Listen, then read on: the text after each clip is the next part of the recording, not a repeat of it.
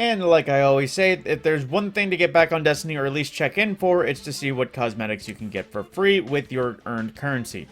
Now, on the front page, we have a few shaders. First off, a personal favorite, Rustberry. If you wanted to give your Guardian a leather Old West look without being too run down, I would definitely recommend this for most hunters. It definitely was one of my favorite setups that made it look Old West. Then we also have Raven Silk from Season of Plunder, which is kind of meh.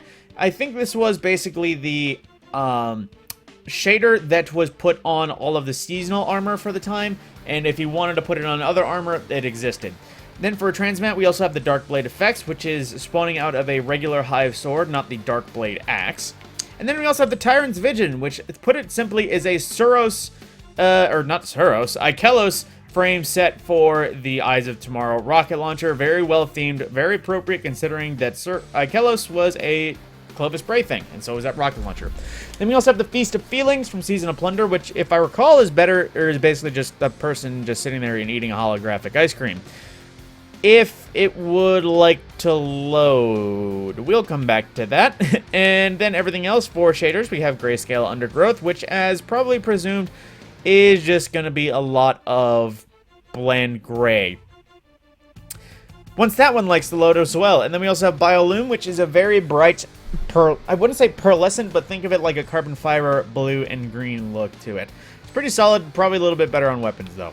Then you also have Boreal Char, which is another kind of blandish one, because while it's mostly black and grayish whites, it's not more than that. It's kind of just an off-brand Dead Orbit shader at that point. And then we also have Empirical Imperative, which is from Season 19. Basically, my gauntlets specifically, this is the shader that was the basic color gradient on the Warmind's avatar set for all the classes from Season 19. But if you want to put it on other things, same thing. If you want to put another various gear. Now, doubling back to everything, we have Grayscale Undergrowth, which, like I said, just another kind of gray. And here's hoping that this emote actually loads.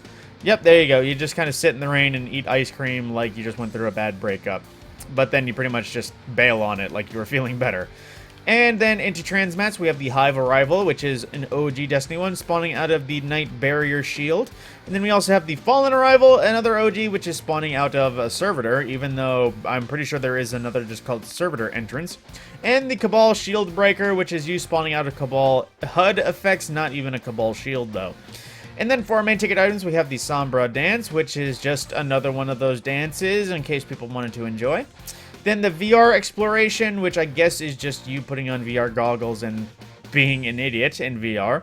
And then we also have the Skiff Scribble Shell, which is from Season of the Plunder, which is a part of the set that was kind of roaming about. It's kind of seasonal, but not exactly a part of the season, as it was earned from Eververse as opposed to anything specific.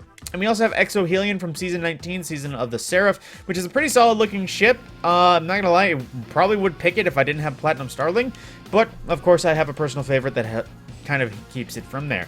And then from Season of the Chosen, we have Out of Dodge, which I guess this is, I forget if this was like a firefighter set or like a or a bug out bag sparrow or what.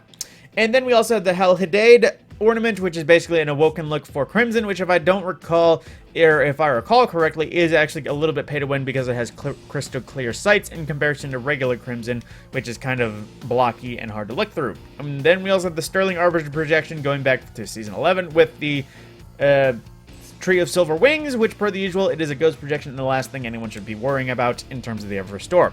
With that, my usual warning, if you want anything for Bright Dust or free earned currency, go ahead and get them now, because there's a chance that they won't be back by the end of the season, and if they're not in the year by the end of the season, there's a chance they won't be back for many seasons. On that, my name is Ben Scorpion, I will see you in the next video.